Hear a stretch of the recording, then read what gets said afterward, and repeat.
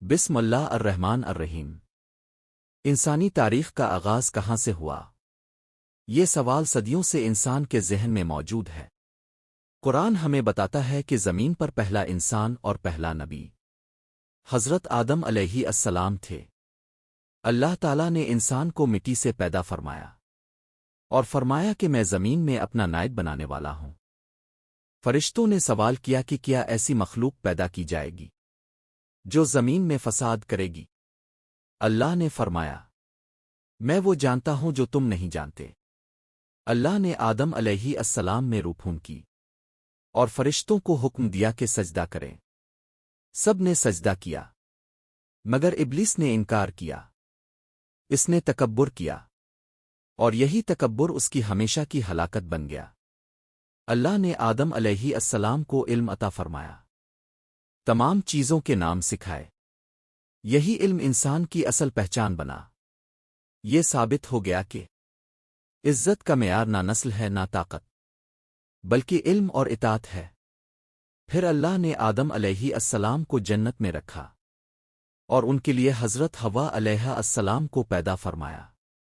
انہیں ہر نعمت عطا کی گئی، بس ایک درخت کے قریب جانے سے منع کیا گیا۔ یہیں سے شیطان نے وسوسہ ڈالا۔ اس نے ہمیشہ کی زندگی کا لالچ دیا۔ آدم اور حوا علیہما السلام سے بھول ہوئی مگر انہوں نے فوراً توبہ کی۔ اللہ نے ان کی توبہ قبول فرمائی کیونکہ اللہ بے حد رحم کرنے والا ہے۔ پھر انسان کو زمین پر بھیج دیا گیا۔ یہاں آدم علیہ السلام نے انسانیت کو عبادت، محنت اور صبر سکھایا۔ اسی دور میں انسانیت کا پہلا المیہ پیش آیا، قابیل اور حابیل کا واقعہ۔ حسد نے ایک بھائی کو دوسرے کا قاتل بنا دیا۔ یہ دنیا کا پہلا قتل تھا اور انسان کو سکھایا گیا کہ حسد دلوں کو اندھا کر دیتا ہے۔ وقت گزرتا گیا، نسلیں بڑھتی گئیں۔ شروع میں سب لوگ توحید پر تھے مگر آہستہ آہستہ نیک لوگوں کی یاد میں مجسمے بنائے گئے۔ پھر انہی کو پکارا جانے لگا۔ یوں شرک نے جنم لیا۔ جب زمین شرک سے بھر گئی تو اللہ نے حضرت نوح علیہ السلام کو رسول بنا کر بھیجا۔ نوح علیہ السلام نے 950 سال تک لوگوں کو اللہ کی طرف بلایا مگر لوگ مذاق اڑاتے رہے۔ آخرکار اللہ کا حکم آیا کہ کشتی بنائی جائے۔ لوگ ہنستے رہے مگر جب آسمان سے پانی برسا اور زمین سے چشمے پھوٹ پڑے تو سب کچھ بدل گیا۔